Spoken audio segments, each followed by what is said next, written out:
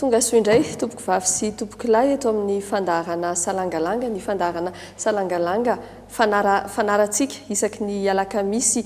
tahaka izao iarahana amin'ny mpanao gazety avy ao amin'ny vondro gazety l'Express de Madagascar eto amin'ny fahitalavitra RTA iaraka amiko hanentana ny fandaharana androany Lova Rafidy Arso miarabanao Lova Rafidy Arso miaraba Lova Rabary dia miaraba ihany koa ny mpanaraka ny fandarana salangalanga amin'ity aliny alakamisy ity tsy adino ihany koa ny vahiny fandarana amin'izao fotoana izao ny vahin'ny fandaharana notoloran'ny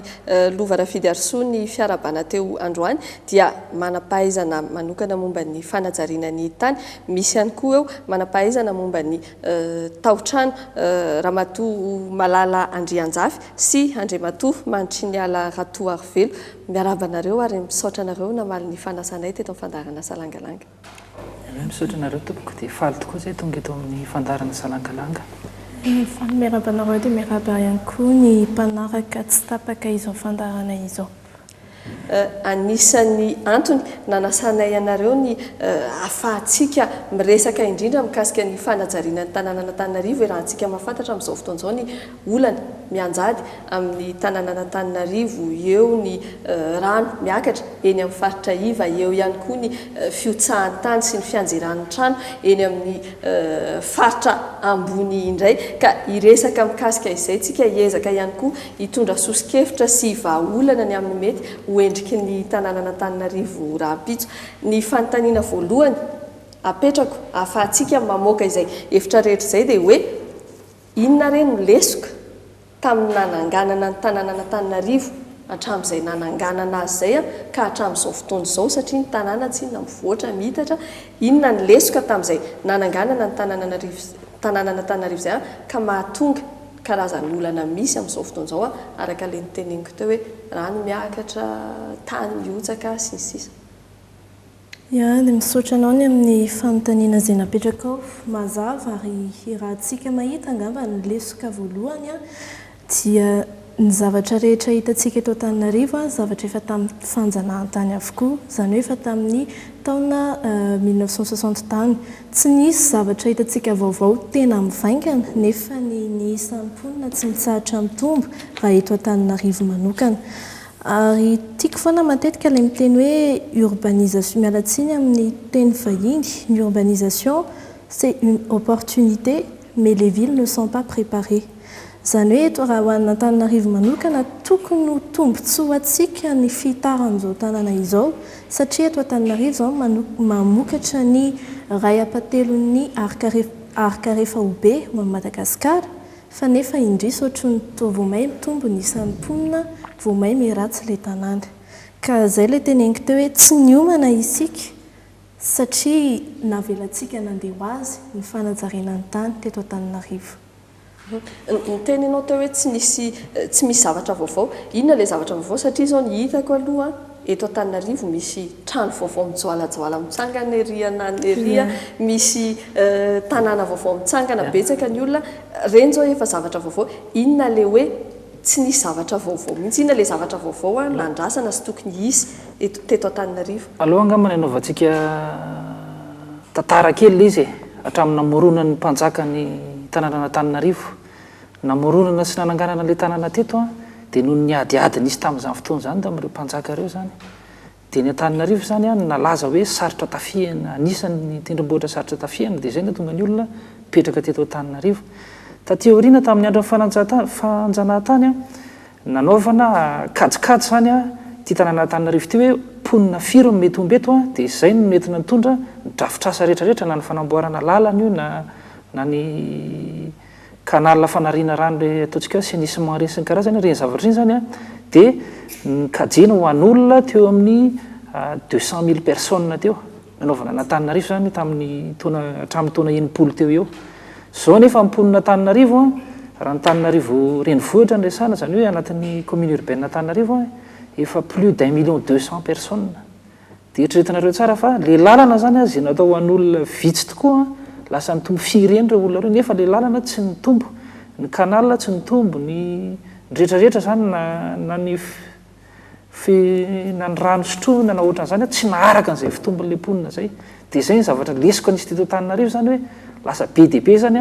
le fahadisoana tsisy hoe fahadisoan'olona manokana fa fahadisoantsika rehetrarehetra le izy na mpitondra na tsika mponina eto satria ny mpitondra nanao reny drafitrasa reny hoe plan d'urbanisme reny tsy nampiarina reny tsy ny opérationnalisena izy reny tsy nampiarina teto mivahoaka ny vahoaka koa tsy te halalan'izay lalàna fa dia nanorina na dia any amin'ny toerana iva toerana matetika misy tondratrano dia teny koa mbola nanorina trano zany dia miangona amin'izay le lesika rehefa avy eo dia tonga amin'izao toetrandro zao tsika dia tsy hita tsony izay hamanana izy na ny olona rehetra ohatra ny sadaikitra daholo hoe ahoana natao no avin'ity Antananarivo ity dia izay zany le nitenena malala teo hoe le fitombom-ponina nisy a fa le fitombon'ny tanàna tsisy fa maninona tsisy le izy be dia be ny antony misy antony ara-toekarena eo nety manana mihitsy zany no tsy nanana tsony tsika nanomboka tamin'ny 1972 zay nialan'ny vazaha teto zany a taoriana le grève reny a dia tsy nanana nety manana tsony tsika satria taloha nisy ny CCCE fihetsontsika anazy zany hoe amin'izao fotoana zao AFD ny anarany ny AFD zany no naome vola tamin'izany fotoana zany anaovana an'ireny 67 hectare anosy Ampefiloha azafady Ambohipo anaovana an'ireny cité rehetrarehetra reny sy ny lalana sy ny zavatra taty aoriana ny ala ny AFD a tsisy naome vola tsony tsika dia tsy afaka niaina tsony tsika tanatin'le fanitarana an-tanàna Antananarivo zany mitondra fanjakana zay ny sisy rehetrarehetra teo moa ny vahoaka koa zany a nanorinorina teny amin'ny tany zay hitany fanalalaka sisa satria raha hitantsika ny tany eto Antananarivo dia mekely ny tany malalaka dia voatery zany le olona manorina trano any amin'ny toerana misy onaona reny a toerana misy tondratrano any amin'ireny fiantsoana hoe liana fleuve reny a eny ambonina diga any amin'ny tendrombohitra escarpe le misy antsana be reny izay sisa ny tany malalaka misy eto Antananarivo raha izy koa amin'izay ianao hoe voatery le olona any amin'ny onaona nefa ve nitononao teo ihany ohatra ny tanànana Ampefiloha 67 hectare tsy azo atao ihany ve reny koa raha tsy diso a raha ny tantara dia onaona taloha rano ihany ny teny amin'ireny toerana ireny taloha nefa niaraka tamin'ny taona zany a nahatsanganana nasiana cité ihany teny ireny ka tsy karazana ohatrany hoe toy ihany satria le izy ataontsika hoe ny fanjakana nametraka nyreny cité reny a niaraka ny voalazanao teo hoe niampy ny tohan'ny fanohanany firenena namany Madagasikara tsy toy ihany reny zavatra nisy tamin'ireny fotoana ireny ihany ve le fitaran'ny tanàna amin'izao fotoana izao misy différence lehibe le izy a ny tsy mampitovy azy tena lehibe ary dia lehibe tokoa tamin'ireny fotoana ireny zany tsika nanao fanajariana tany zany hoe nisy fieritreretana mialoha zany hoe ahoana nanaovana an'ity tany ity a aiza ny vola anaovana an'izany a nanao fandaminana zany tsika zay vao mipetraka teo ireo olona ireo namboarina ny lalana namboarina ny nampidirina ny rano nampidirina ny jiro nasiana lakan-drano sy ny karazany zay vao napetraka ny trano zay vao napetraka ny olona zavatra misy amin'izao fotoana zao a dia mifamadika amin'izay mihitsy ny olona no mipetraka voalohany tonga dia manorina trano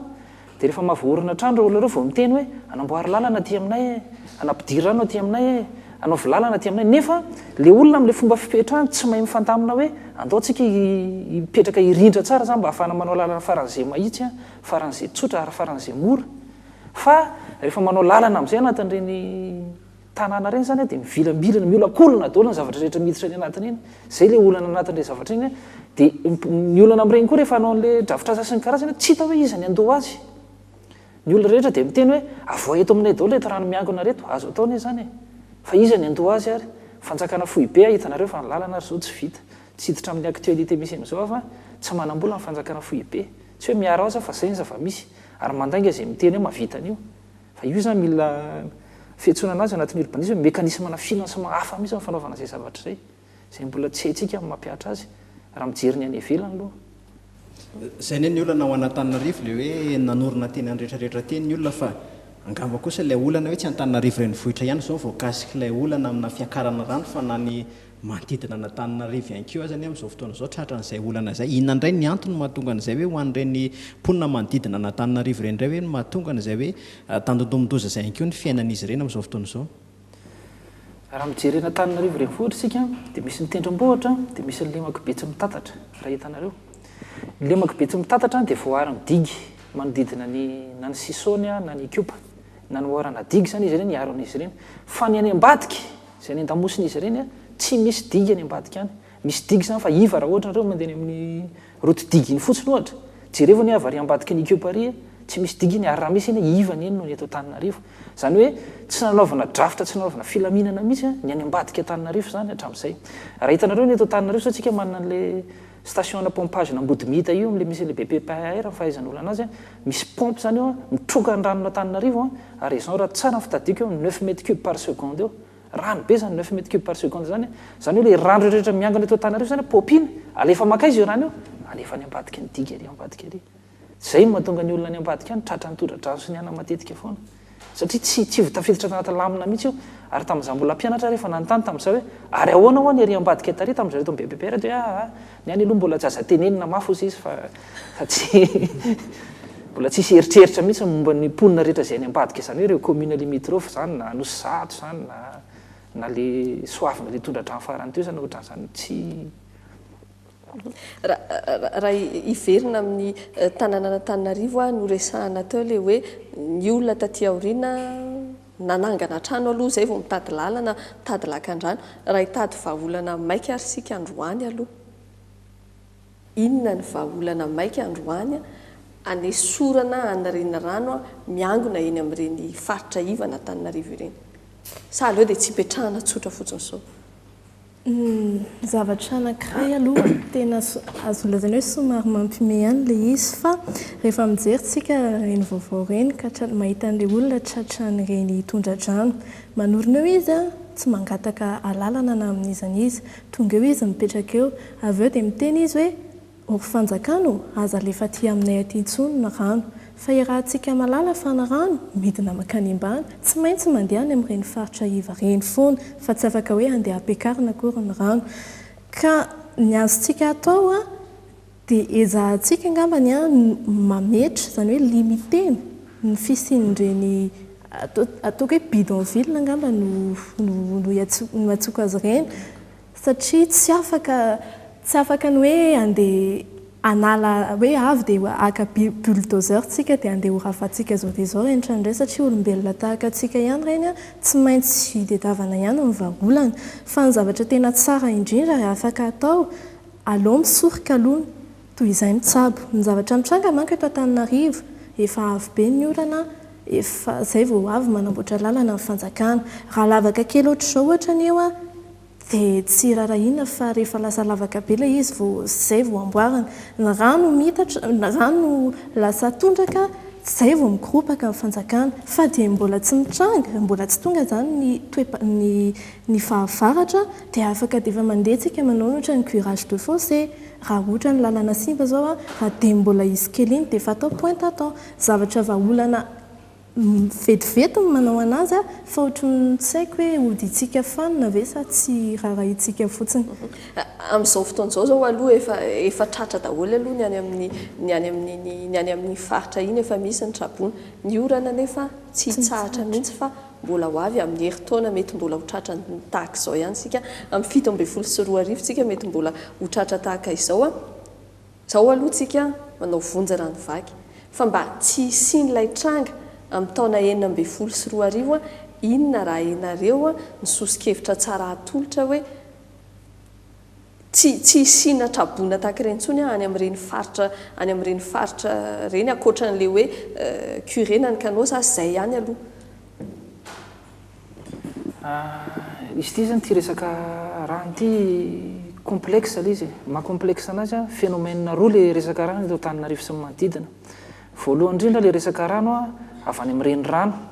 renirano mivoaka anatin'le liany izy tsy haiko milaza azy amin'ny teny gasy mivoaka anatin'ny lia le rano ohatra ny nazon'teo soavina teo vaky le diga dia tondraka zay phénomène ray zay phénomène faharoa le orana miangona fa rehefa napetraka amin'izay nefa le diga dia miangona lasa ohatra anatina kiveta miangona le rano dia tsy hitako hoe aiza ny amoahana an'io rano io efa be dia be ny projet nanaovana izy io efa nisy ny teny hoe andao vakiny farahantsana dia afaka daholo ny ranona Tananarivo rehetrarehetra raha zay nefa ny zavatra atao io ty Tananarivo ity mety hiletika any amin'ny 3-5 mètre rano satria le nappy phréatique rehetra ambany miara lasa daholo dia mety hiletika mety be dia be ny trano simba amin'izay zany le solution zany efa elana dia tavalana azy fa le eau de ruissellement koa zany le rano azo avy any amin'ny orana me mitombo nisan'ny trano me betsaka satria zany io rano io tokony misitrika any anaty tany par infiltration fiantsona anazy moramora any dia lasa very any io rano io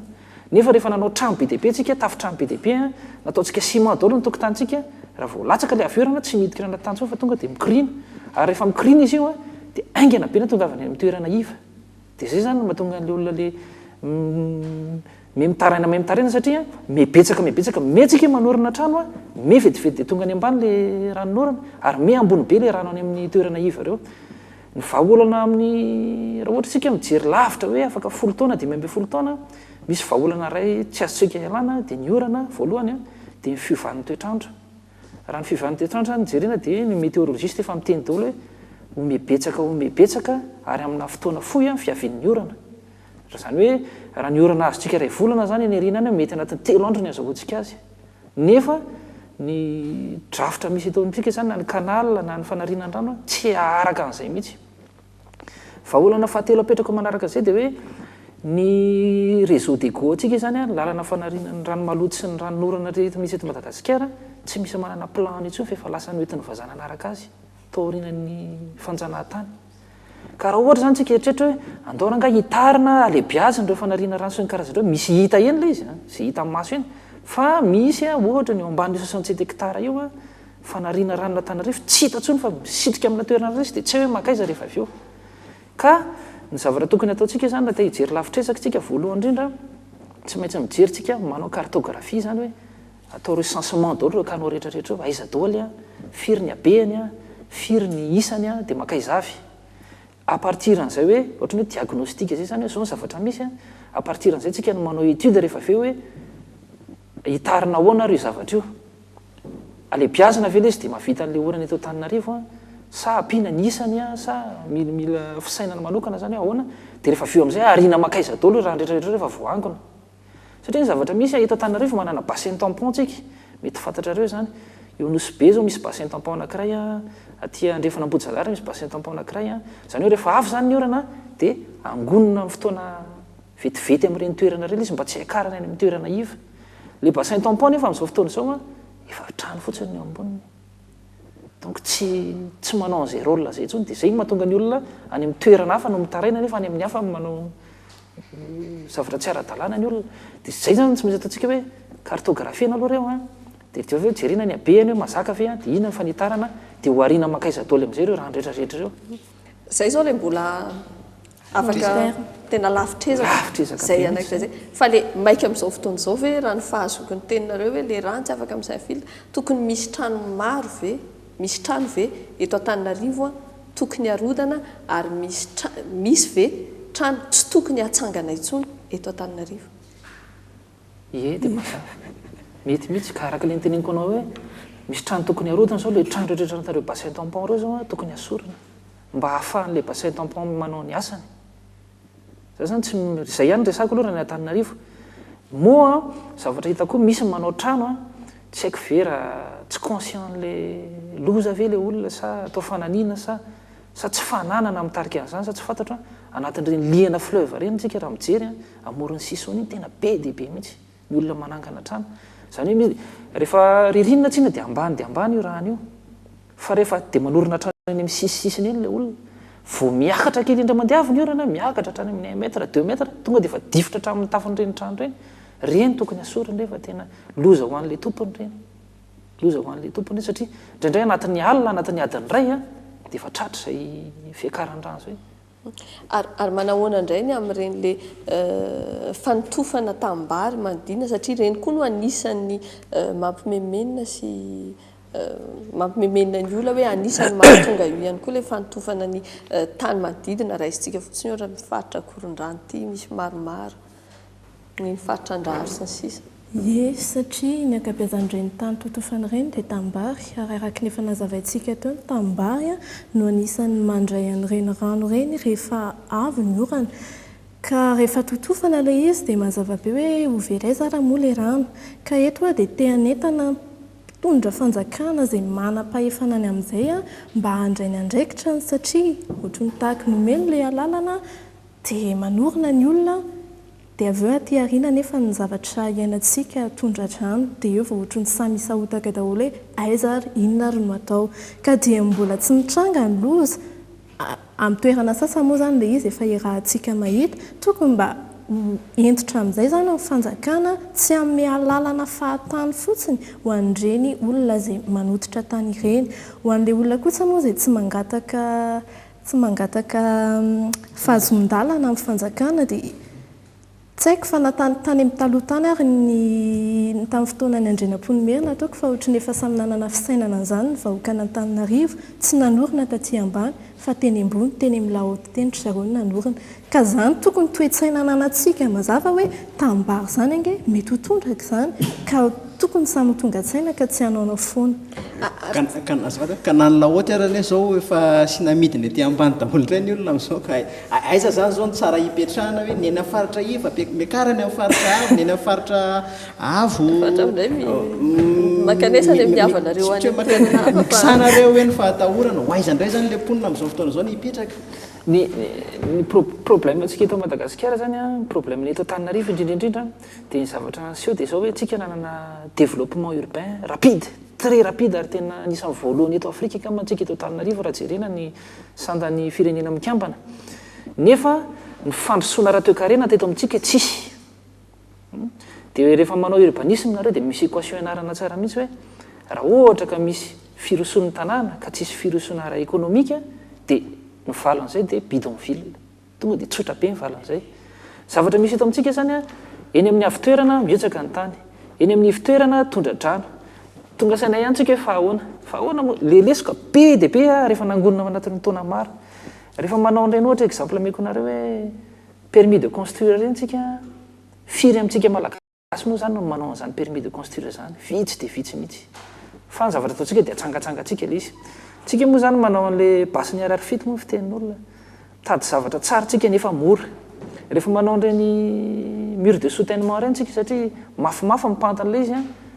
satria zany tsy manao permis de construire tsika fa raha manao permis de construire tsika tokony any dia efa voasakana fa tsika zany tonga dia atsangatsika le izy a ataoko hoe tsika satria ny olon-drehetra mihitsy zany fa tsy hoe misy olona tifirina manokana amin'izay fa mijery mitendrim-bohitra io nareo tsy olona ray manao zany rehefa manao an'ireny mur de soutènement ireny tsika misy kajy tokony atao izy amin'izy ireny ary misy efa spécialiste an'izany géotechnicien tokony manao calcul an'izy ireny a mijery hoe ahoana ny atevon'le izy a aiza ny asiana azy a ahoana ny ahavony a ohatran'izay ny tsika maka maçon eny tsika na olona mahay mandrarindrary vato eny dia hoe atsangano le izy dia atsangatsika le zavatra misy nefa mitondra loza na ho an'le tompony a na ho an'izay olona ao ambaniny satria raha sendra mienjerana iny mpamono olona anie zany ny titre n'izay olona nanao an'iny satria nafaty olona ka le izy tokony miova koa ny toetsaitsika hoe alao a rehefa manao zavatra ohatran'ireny a surtout hoe amin'ny toerana ahina iotsaka afaty olona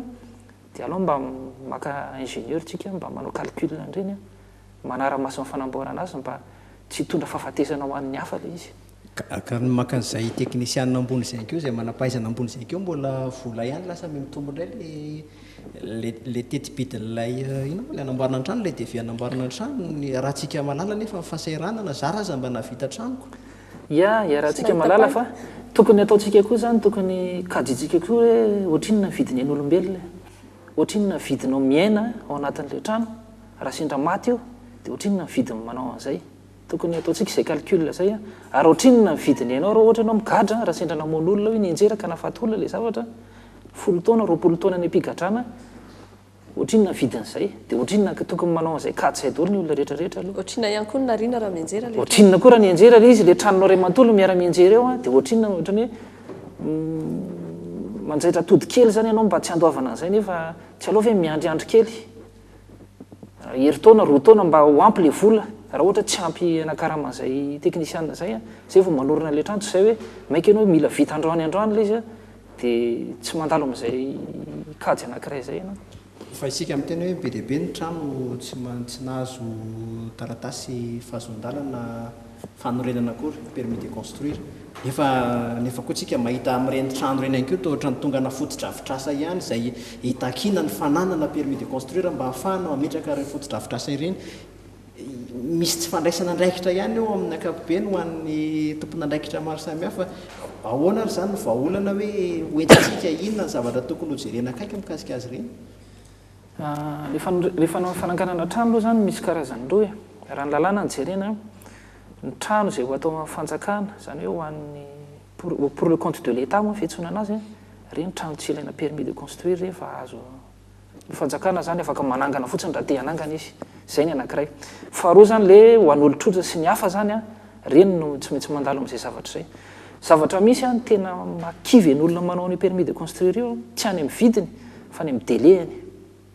indraindray izy io heritaona roa taona rehefa manontany anjareo amin'ny commune ianao hoe afrina ny avitana ty dia vetivety any ka amiray volana na roa volana eo fa rehefa tena ataonao le izy a tsy vita anatin'ny ray volana roa volana zany rehefa dans la pratique zany zava-misy ny toerana heritaona roa taona dia le olona zany leo be miandry an'le izy tsy mahatry tsony no farany dia atsangana le izy dia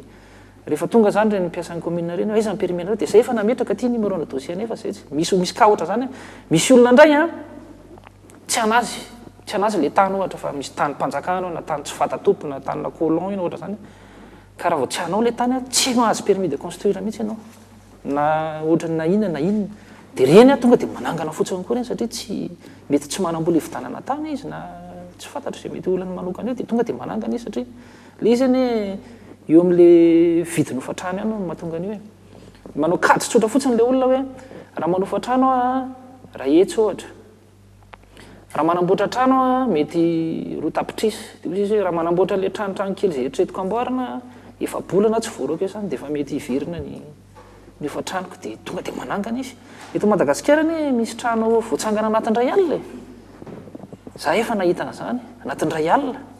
mandalo eo ny ariva andeha hody avy miasa tsisy ninona very anao maraina trano efa misy tafo ny hitanao eo inona no ataon'ny fitondra fanjakana amin'izany tsy haiko sy anampy mahalala anazy te hiverina kely amin'io resaka permis de construire io a resaka lalàna tiako amafisina kely ao anatin'izay rehefa ny sasany moa zany mangataka permis de construire ny sasany tsy mangataka to jerena nefany a tsy manana olana eo amin'ny fitsarana mihitsy nindreo tsy mangataka rehefa avy ary a ny commune ohatra zany misy mandefa fitarainana dia iny ny commune fa hitondra n'iny eo anivoan'ny tribunal hoe mila rotany ty trano ty dia araka ilay nytenen'ny PDS tsika iny hoe ny commune indray nindresy ny antony dia tsotra misy lalàna tsy mifanaraka ny lalàna mameny resaka fanajariana ny tany eto amintsika dia efa tamin'ny 1963 dia io a rattaché amina ordonnance zay ordonnance 6215 du 1er octobre 62 dia ao anatin'io any amin'ny article 9 miteny hoe ny tribunal zany amin'ny manapaka hoe ity trano ity mila mpifanarahana zany amin'ny lalànan'ny fanorenana trano na mila horavaina tamin'ny volana aprily 2010 décret 2010-034 indray a manome lalana an'ilay izy amin'ny maire hoe andravany trano dia araka ny fahafantarantsika tsy mandalo tribunal araka ny fantatritsika nefa tsy misy décret manindra ordonnance dia lasa reso azy ny commune lasa manao izay tiana ataony olona satria fantany hoe anana ny rariny foana izy izay ny zavatra mampalahelo amin'ilay resaka permis de construire fa hiverina any amin'ilay resaka le hoe réseau d'égout ohatrany mahalasa saina ihany mieritreritra an'ilay hoe tsy fantatra intsony tsy hita intsony ny plan le égout any ambanin'ny tany ihany dia tsy misy ninona fantatra azo eritreretina ihany ve nefa mety hoe antarana n'iny réseau d'égout iny ka ahafahana mbola mametraka hoe tanàna eto Antananarivo azo atao tsara techniquement azo atao tsara mihitsy manitatra n'ireny réseau d'égout reny na ny eto anatin'ny tanàna Antananarivo na ny ao anatin'ny tanàna Antananarivo ary hitanareo tsara fa misy amin'izy ireny a ciel ouvert ny fiantsoana azy zany hoe tsy misarona tsinona fa tonga dia hita ohatran'izao eny misy amin'izy ireny misarona fa azo atao tsara mihitsy manitatra an'ireny mazava ho azy ny fanitarana an'izay fa vola be zay a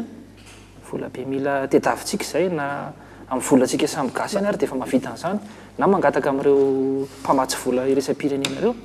fa na le tsy hita reny ary a efa misy appareil ahafahana mijery an'izany fanaovana ohatra fanaovana radio anatany a anarahana anazy hoe makaiza le izy dia makaiza zay tsy ananantsika eto Madagasikara aloha fa hono te antany hoe manahoana marina le réseau an'le égout akoatran'le hita maso le ciel ouvert reny moa ny eto Madagasikara ny eto Antananarivo moa zany manahoana marina za zao raha mijery rehefa le mijery fahita lavitra dia mijery le any am-Pitan-Dramasina reny dia tena ohatrany hoe tanàna mihitsy izy azo andehanana misy ara ny manorina trano kely sanatria tsy andeha hanoro-hevitra ny olona ndraiky hoe any koa azo ipetrany manahoana ny eto Antananarivo hoe ny any azo andehanana ngeza be malalaka tsara hita mihitsy ny rano mandeha ny eto Antananarivo manahoana ohatrany raha ny hitanay aloha dia ohatrany hoe dalina fotsiny dia misy an'le bus ngeza be reny dia raha vao tsentsina dia izay ka zay le nyteneniko anareo hoe ty tanàna ty 200 000 habitants nanaovana kajina izy ty tamin'le réseau des goûts reny na ny lalana sy ny karazana zao a efa raha nytanarivo sy ny manodidina efa plus de 2 millions tsika zay zavatra zay zany de izy koa moa le plan le tsy hitatsony nakaiza ka tsy afaka itenenao hoe ery amin'ny toerana ery ny avy jijoroana ery ny anina fa raha fahaizako anazy sy ny fahafantarako anazy aloha tsy ohatra n'ireny any andafy reny mihitsy le izy kely de kely le izy efa nahita zao tery ambatinakanga tery olona misitrika any anatiny any mihitsy manala fako sy ny loko aritin'olona any anatiny any fa ohatrany tena miforotra kely mihitsy le olo anatin'le izy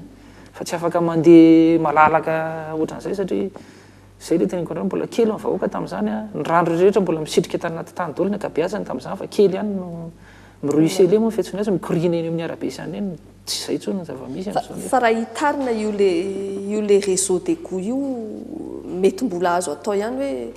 misa 10 hetsy sy 2 tapitrisa ihany tsika ny atao Antananarivo 2 tapitrisa 3 tapitrisa rehefa amin'ny andro raha ohatra ka hitarina le réseau des raha hitarina zany le izy tsy maintsy manana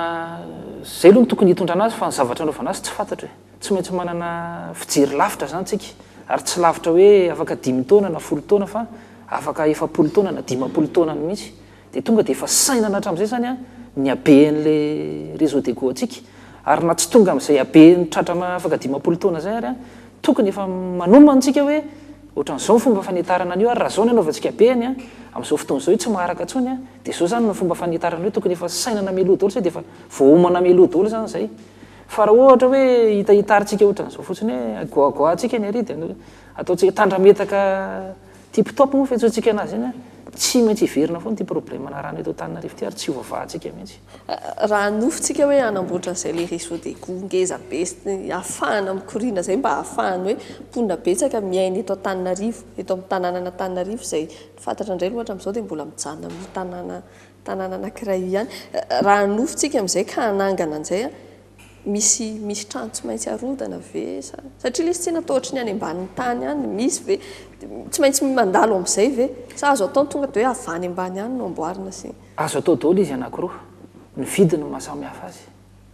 ny mandrava ny trano sy manao azy avy aty ambony mora lavitra no mandavaka azy avy any ambany fa azo lavahana ohatra manao tunnel reny any a azo lavahana avy any ambany le izy de tsy manetsika an'iny any ambony tadidinareo nefa ohatra hoe tamin'ny nanao métro amin'ny Paris ne tsy nisy trano ravana fa de nandavaka avy any ambany zareo nanao le réseau na métro e azo atao tsara mihitsy zay ary misy teknolojia efa mifanaraka amin'izay fa le vidiny zany tena mety multiplier par 10 io ny différence an'izay ka hoe anana an'izay voly zay ve tsika gasy tsy atahorana amin'le nappe phréatique le ao ambany zay tsy atahorana inkeo amin'ny trano mipetraka ety ambony tsisy ninona atahorana satria mitovy amin'ny cas en Paris ihany le izy a Paris a eo ambonina onaona mipetraka ambonina sol argileux zany amin'ny filaza azy zay fantatrareo fa raha vao tonga ny rano de lasa fotaka zany fa efa misy teknolojia efa avo lenta mihitsy anaovan'olona anazy a miko exemple tsotra fotsiny misy foreuse zany any misy machine mandavaka any ambany any de io foreuse io rehefa mandavaka de miara mandroso miaraka amina ohatra amin'ny buse reny sady mandavaka zany ohatra misy buse efa amboarina zany efa ty arina ty de miara tosika miaraka amin'ny ohatra zao rehefa mandroso le izy de tsy mampafragile an'le trano sy anina aty amboniny zany fa mety loza fotsiny ny vibration an'le machine mety hitarika fissure madinidinika amin'izay trano any ambony raha ohatra ka trano tsy mafy orina tsara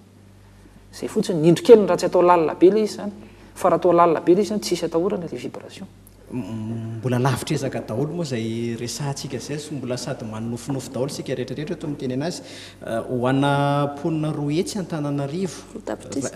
roa etsy roa etsy nanaovana n'Antananarivo sy mifotodrafitrasa ilay tanàna n'Antananarivo zao tsika efa ampiana ray tapitrisa zay ponina eto Antananarivo zay ho ataontsika aiza ary zany zao reo ponina ray tapitrisa ina ny vahaolana ihany keo azotsika roso mba ahafahana mifanaraka amin'le fotodrafitrasa misy amin'izao fotoana izao ho atao aiza daholo ireo ponina ray tapitrisa ireo ray tapitrisa ambonina zay io zavatra io tahaka ny naizanaiza eto an-tany ny tanàna tsy mekely fa ny tanàna mihitatra tsy afaka tsony tsika hoe niasa fotsiny eto anivon'ny CUA fa tsy maintsy mihitatra tsika amin'ny commune périphérique ny commune urbaine Antananarivo ao anatin'izay raha aka fotsiny ohatra ny fac zao ny dépotoir Antananarivo angaika eny Andralanitra nga ao anatin'ny CUA dikan'izay tsisy inina ntsony afaka ho ataontsika eto Antananarivo eto fa tsy maintsy mitatra tsika makeny ivelany. Avy eo afaka mety mieritreritra ve tsika no construction en hauteur fa olana daholo zany rehetrarehetra zany fa ny zavatra tsy maintsy mipetraka aloha hoe tsy afaka anao ininy eto anivona Antananarivo intsony tsika. Mi exemple tsotra anareo fotsiny raha mijery zao tsika any New York any États-Unis zany miponinao New York anatina ville ray 17 millions ry zareo 17 millions tsika gasy tsy haiko na 24 millions 20 millions mahery eo tsika dia eritreretinareo hoe vitantsika gasy fe niaina hoe anatina tanàna ray dia daholo ny malagasy rehetrarehetra tiako tenenina hoe le fitarana Antananarivo araka ny teneny mahalala teo misy possibilité roa na tsika misetale velatra zany anatin'ny tanàna na tsika miakatra en hauteur raha miakatra en hauteur tsika hiditra anatina phase na densification zany tsika hoe amomboka anao immeuble storo afo be reny raha vao zay ny hidirantsika satria Antananarivo dia onaona daholo ny ankabeaziny tsy maintsy hiditra anatina resaka fondation spéciale zany tsika zay fondation lafo noho ny vidin'ilay trano eo amboniny dia efa teneniko anareo raha vao hiditra amin'izay tsika fandroahana ny mahantra rehetrarehetra eto Antananarivo zay satria tsika tsy hanana vola efidanana na appartement moa zany ny atao amin'izay satria tsisy manana trano sao fa immeuble daholo tsy manana na efidanana appartement tsika na nofana appartement fa voaka daholo mahantra rehetrarehetra miala ny centre ville zany dia any amin'ny périphérie any zavatra misy zay ny ka voalohany azo atao eto Antananarivo hoe densifena dia aloha ampiakarina daholo ny trano anao lalàna manokana tsika hoe miautoriser satria misy limite ny reny hauteurana trano reny akoatran'izay masse dérogation moa fa za tsy dia miditra amin'izay loatra misy limitiny izy reny arakaraka le toerana misy anao zany na eto Andravoahangy na dia efa misy fetrany hoe eto ny zao étage amina étage moa fandehan'izy hoe zao étage ny azo atao ambony indrindra afaka manamboatra lalàna momba an'izay dia lalàna momba an'izay tsika zay lalàna atao momba an'izay tokony hiditra anatin'izay atsoantsika anatin'ny permis de construire hoe coefficient d'occupation des sols zay efa voalaza ny lalàna ihany koa io le coefficient d'occupation des sols dia miteny hoe amin'ity toerana voafaritra ty afaka manao zao mètre carré ianao ka iny mètre carré iny tsy azonao amin'ilay taninao ntsony fa azonao en surface bâtie zany en hauteur raha manao an'izay nefa tsika dia le toerana voatondry reny tonga dia hiakatra be mihitsy mividina tany amin'ireny satria any daholo miazakazaka ny olona hoe eto amin'ny any eto ny azo anaovana na hatramin'ny era plus 30 miazakazaka makany daholo ny olona na norona an'ireo trano ireo dia misy ino fiantsoana zany spéculation foncière be amin'ireny toerana ireny raha ohatra indray tsika izy maraka ny teny malala hoe s'étaler hoe andao ary raisina manodidina ny Antananarivo au contraire tsy tokony zavatra natao amin'ny politique ety fa au contraire les communes périphériques zany tokony englobena anatin'ny commune urbaine Antananarivo tokony ampidirina ohatra ny nanampidirina Ambohimanarana tanatin'ny CEA tokony misy commune madinidinika izay ahafahan'ny commune mitatra dia any ny anorenan'olona trano mariako fa ny fanamboarana trano ohatra ny natao fanjakana taloha reny tsy vita ntsony reny raha amintsika zao zany ny besoin na logement antsika zay navoaka ny Instat eo amin'ny 100 000 logement annuel tsy misy mahavita an'izany eto Madagasikara no 100 000 logement anatin'ny herintaona ny ahafahana mamay an'izay dia ny olona tsirairay samy manao ny tranony na zay manam-bola manao ny tranony fa ny azo atao fanjakana fotsiny dia miaccompagner an'ireo olona ireo anatin'ny zavatra ataony fa raha norina 100 000 logement zany tsy anatin'ny farim-pananantsika amin'izao zany fa engane mba afaka folo taona anankarentsika ka vitatsika manao production zay hoe na 200 000 logement mihitsy ary raha nitatra ny tanàna Antananarivo tsika ilay hoe isetale any amin'ireo le commune manodidinareo tsy efa misy zavatra tokony hojerena sahady koa ve ny amin'ny hoe dia efa zao dia efa jerena hoe ohatra ny ahoana koa ohatra raisiko ihany le ohatra amin'ilay réseau d'égout sy ny fotodrafitrasa isan-karazany na resaka lalana ny resaka fitariana jiro fampidirana rano sy ny sisa dieny zao alohan'ny hidirana amin'izay hoe fantarana le tanàna zay marina tokoa zay efa nisy réflexion efa natomboka tamin'ny herintaona momba an'izay amin'ny antsoina hoe gestion métropolitaine efa nisy étude be efa natao momba an'izay fa ny olona atsika firenena mikambana tamin'ny alalan'ny hoe nabitanina nanao an'izay fa ny olana atsika le politika zavatra hafa ny eritreriny ny eritreritry ny technicienne zavatra hafa ny eritreriny ny olona ny ampiditra n'le commune ao anaty mba ahafahana misaina ho an'ny olona rehetrarehetra ny tiako tena aminareo hoe raha ohatra ny misy olona telo na efatra ohatra vola kely ny ananany raha mitambatra ny volan'ireo olona ireo bebe le vola afaka manangana zavatra miara-manao izy hoe kelikely ny volanao dia mitambatra dia andao rangatsika nokatra épicerie fa ampy amin'izay le vola nokafany épicerie dia fampizarana zay tomboparitra azy io ohatra n'izay tokony hitondrana n'le tanàna hoe ireo commune manodidina ireo kely vola noho ny Antananarivo renivohitra zany ny commune urbaine fa rehefa tambatambatra ny vola tokony havita zavatra zay fa raha mivolany tsirairay avy ny samy miainana samy mieritreritra ny azy any zay le antsoina hoe mutualisation des moyens kely ny ainananao fa rehefa tambatra io afaka manao na réseau d'égo io na service na ramassage-na ordure na gazelle hoe tokony sainana miaraka le métropole zany fa tsy tokony sianana saratsara ko le vola kely ananana io mbola zarazaraina ho an'olona firy indray rehefa avy eo zay le olantsika eto ka ny olana kosa ny ho an'ny commune sasany manodidina zao fako ny voaroka isan'andro ny Antananarivo ny fako ny aza tsy voaroka fa nisan'ny olana ianko an'Antananarivo ny resaka fitaterana fitohanan'ny lalana inona koa mba mety vahaolana amin'ny fitohanan'ny lalana io ianareo isan'ny manampahaizana manokana amin'ny resaka fanajariana ny tanàna sy amina resaka fampandrosoana ny tanàna izay raha resaka fitohanan'ny lalana tsisy hoe vahaolana anankiray ihany mikasika an'io fa ny vahaolana be dia be afaka hoe tarina ny lalana afaka hoe asiantsika système na péage zany hoe ny tomobile sasany miditra eto amin'ity lalana ity ohatra mandao vola afaka ataontsika koa ohatra hoe eritreritra fotsiny zany amin'izao ora akatra amin'izao ora tsy mahazo miditra eto Antananarivo ny fiara ataontsika hoe mitondra laharana TBB ohatra amin'ny 6 ora alina vao mahazo miditra ny camion tiako tenenina zany ny vahaolana raha resaka fifamoivoizana be dia be tsy teny akory hoe anafoana ny embouteillage fa mba farafaratsiny ampiena io embouteillage io fa ny olana lehibe zany dia hoe aiza ho aiza ny volonté atsika hanao an'izay zavatra izay aiza ho aiza ihany koa mety hoe ho fanarahan-dalàna satria io zava-poana ihany raha apetraka hoe tia ny vahaolana tsisy anaraka le izy avy eo raha akan'le ohatra fotsiny azao camion na sarety tsy mahazo miditra tenena ohatra tsy mahazo miditra raha tsy amin'izao ora iny avy eo ny polisy avy eo manakana fotriny mahazo mandeha ihany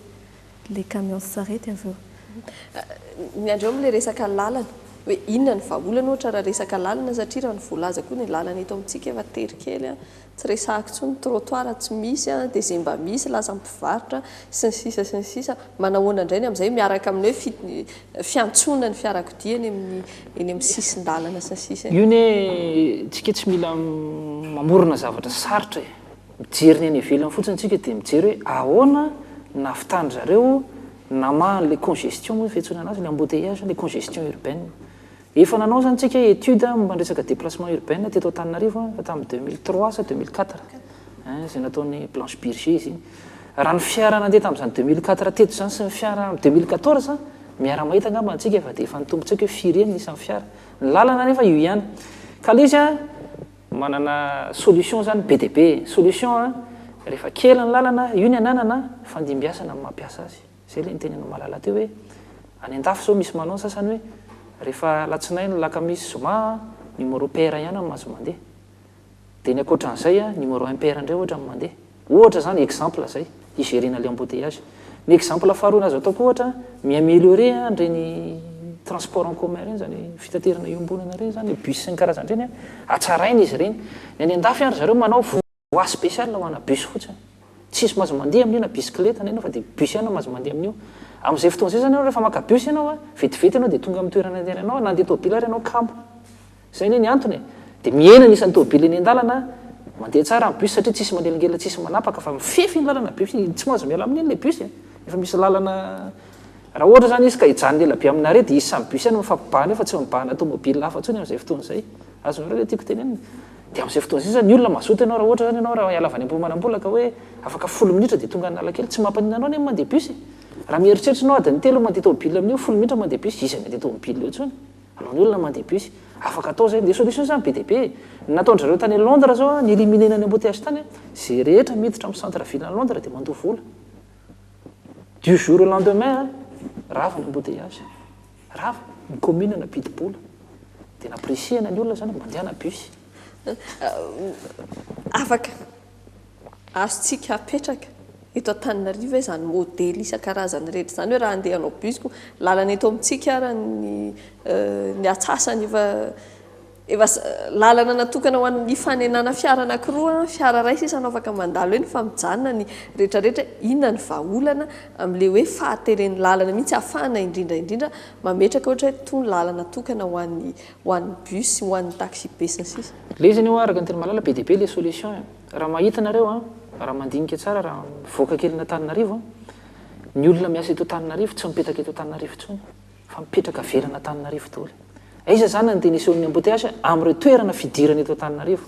Anosizato, Apasika, Analamahitsy, Ambohibao, satria petraka ny ivelana Antananarivo daholo ny olona. Eny zany a tena toerana fisian'ny embouteillage eny. Reny toerana reny a azo amboarina koa izy reny hoe azo hitarina, azo alebiazina ohatran'izay. Fa ny zavatra azo atao koa izay iverenan'ny olona mipetraka eto Antananarivo. Eto rehefa tsisy anarina rehefa tsisy place tsisy toerana tsony Dia miverina amin'ilay densification ihany tsika amin'izay fotoana izay. Mba tsy hivezivezen'ilay olona be a, tsy maintsy densifier-tsika ny eto Antananarivo. Ohatra ny centre ville rehetrarehetra eran'izao tontolo izao a, mandeha nareo any Manatanana, manana centre danse ry zareo. Mandeha nareo à Paris a, rehefa miditra amin'ny quartier reny nareo na La Défense na manodidina, misy toerana danse be ahafahan'olona mipetraka, illimitena an'izay. Exemple ho azy za tsy miteny izay ny atao a, be dia be afaka manao réflexion mihitsy zany hoe miara mikondo mihitsy ny olona rehetrarehetra manam-pahaizana na tsy mpitondra politika koa mijery hoe ahoana ny anaovana an'ity dia araka ny resakitsika teo hoe mijery lavitrezaka ny jerenana azy fa tsy hamana ny embouteillage androany a dia hiverenany raha fakaraha-pitso. Tsy izay mihitsy ny solution resika fa dia zavatra lavitrezaka hoe mba tsy hiverenan'ilay izy tsony dia ahoana. Mety misy solution zany hoe ity vahaolana fohy a, vahaolana maritra, dia mila jerena zay hoe ahoana ny hitondrana azy. Ary ilay activité indray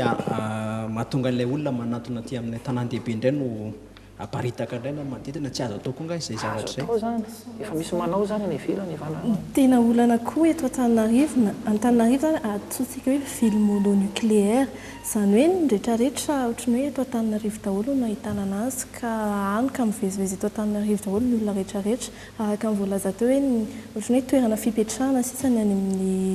amin'ny commune manodidina. Vahaolana akaiky a dia atao hoe ville polynucléaire, zany hoe tsy nzaraina mety hoe any amin'ny Tanjombato zao ohatra efa hitantsika hoe vocation industrielle, ary tsy haiko hitaosy ny commercial tsy haiko ovaovaina zany fa tsy hoe hatangorintsika eto Antananarivo daholo ny zavatra rehetrarehetra. Kely an'ilay fivezivezeny zay satria manjary lasa lalana ray daholo mitondra an'ilay olona hiantsena, mitondra an'ilay olona andeha hiasa, mitondra an'ilay olona ohatran'izay fitaterana entana dia mba lalana samy efa répartissena zany izy fluidifiena ilay zavatra fa tsy concentrena. Zany hoe vahaolana politika ka zay miverina amin'ilay tenenina teo hoe vahaolana be dia be afaka atao raha zany hoe ampifandimbiasana zany ange tomobile miditra eto Antananarivo tsy mila fanamboaran-dalana vaovao zany, tsy mila vola be zany fa miverina amin'ny fanontaniako teo hoe aiza ho aiza ny fahavonona ny fanjakana, aiza ho aiza koa ny fahavonona tsika olon-tsotra anaiky amin'izay satria toetsaintsika koa zany tahaka ny efa asa hoe manahoana fa vao misy lalana petraka za tsy hanaraka fa za tsy voasazy zany. Efa nanasa ihany aloha ny ministeran'ny fitaterana sy ny fizahan-tany ary ny toetrandrony amin'ny hoe mba mandehana daholo taxi be nefa raha ny kalitao taxi be amin'izao fotoan'izao ohatra ny mampalaindaina ihany na ny fahatarana mitovy ihany ny fahatarana na mandeha fiara tsotra na mandeha taxi be. Fa ny antaniko ny teny ianareo teo hoe ilaina ny fikaonan-doha amin'ny manam-pahaizana sy ny sisa dia ny fanontaniako hoe manam-pahaizana afaka miresaka sy mikaon-doha amin'izany ve Madagasikara eto Antananarivo Madagasikara indrindraindrindra fa zay androany hoe manam-pahaizana anankiroa ny tonga miresaka aminay eto manolotra n'izany sosikevitra zany a fa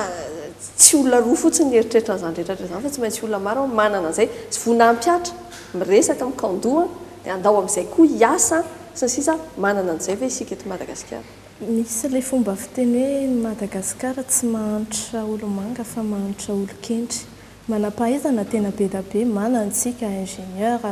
mpanao lalana, manana agronome, économiste, izay tsy ananantsika eto Madagasikara angamba ny maneno. Ary raha tian'ny fanjakana koa hoe ampitomboina kokoa ny fahaizan'ireo tanora malagasy ireo afaka mena ny formation fa na misy aza ireo misy miaino ve. Zay ilay fanontaniana petrako.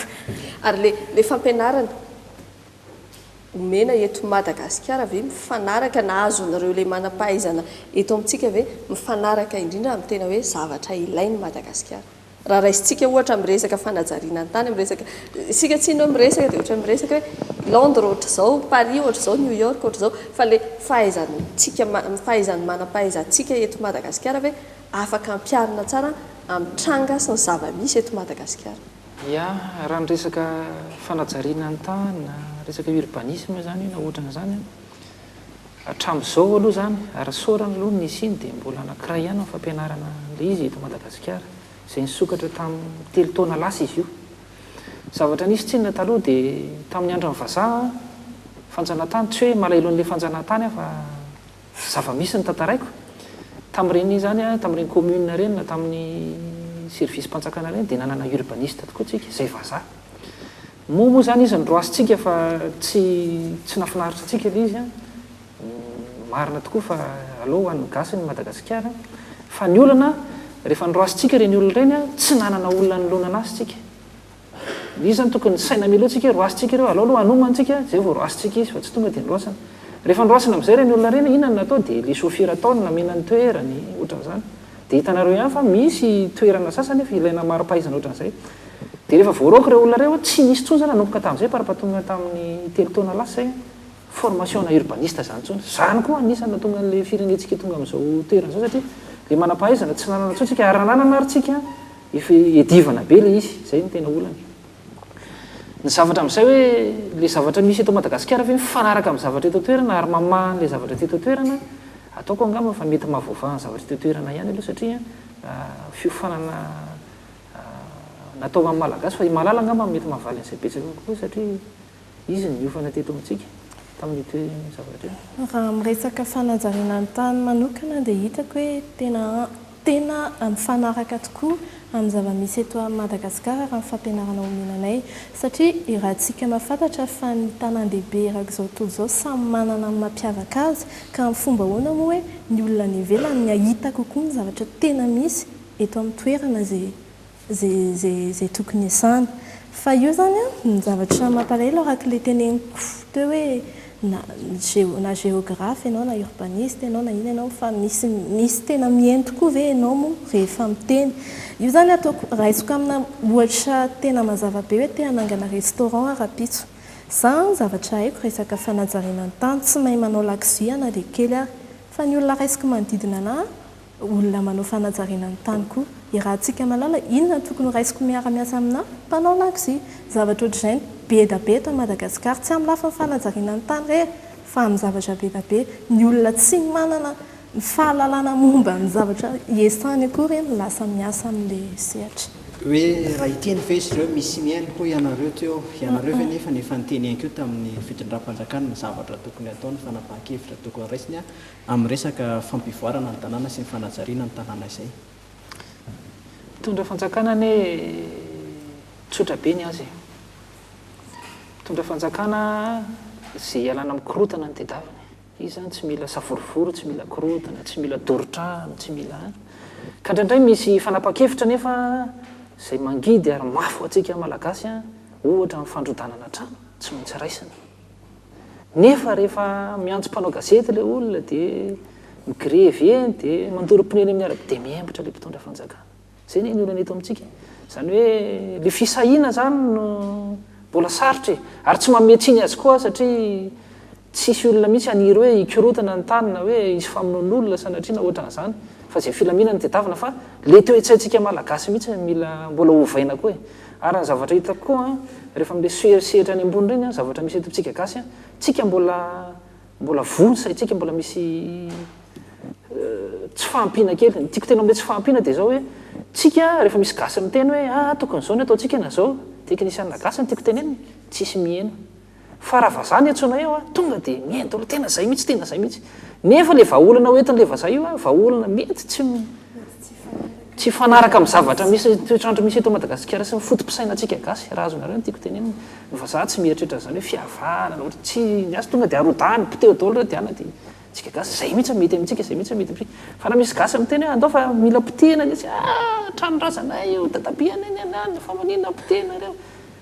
mbola mila fivoarana kely le fisaintsika. Ka le izy koa fantanina farany lovana satria fa raha rodana koa ny le trano rehefa ohatra tsy mahavaolana ihany raisitsika ohatra zao ny ohatra eny amin'ny 700 hektara eny narodana lay lalana mivoakana kany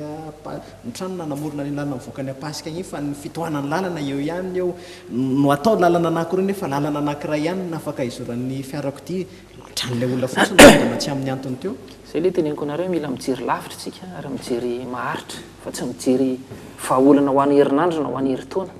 io ne ninina fanaokapikevitra raitsinao raha ohatra anao tsy mijery lavitra mety voavaly izy anatiny fotoana foy fa miverina rehefa avy eo tsika ne zao raha mijery eto Antananarivo raha mahitanareo misy lalana raha 67 hectare resanao nintsena iny isa taona potika foana amboarina potika vao tonga favaratra dia potika zay zany le hoe voamboatra izy dia voamboatra fa mila mijery maritra matao hoe potika foana misy antony ao toko mikaroka zany tsika ina le antony dia ahoana ny amahana an'izay maharitra hoe tsy hanamboatra ny isa taona fa mba isaky ny 10 taona na 10 taona vao mieritreritra anazy fa zay ny tsika mila mijery lavitra tsika fa tsy ny androany sy ny apitso ny eritreretina fa ny afaka rapitso no antaranaka manjafy mila jerena koa misaotra betsaka anareo nitondra izay hevitra fanazavana sy resaka izay ho an'ny mpanaraka ny fandaharana salangalanga manantena fa nisy ny haino isika androany teto amin'ny fandaharana ary misy isaintsaina ny tompona ndraikitra ny resaka nataontsika teto misaotra anao ihany koa Lova Rafidiarso niaraka tamiko nanentana ny fandaharana manolotra fankasitrahana ho an'ireo teknisian'ny RTA nampita ny sary sy ny feo tany amintsika tsirairay avy any manolotra indrindra fisaorana ho antsika mpanaraka tsy tapaka ny fandaharana mampatsiahy ho an'ireo izay tsy naharaka ny fandaharana trany amin'ny voalohany fa averina ity fandaharana ity amin'ny radio Tana 7:10 teboka 4 amin'ny asabotsy manomboka amin'ny iray ora misy koa ny famerenana azy ny alahady amin'ny ariva mametraka ny veloma mandra-piaona tompoko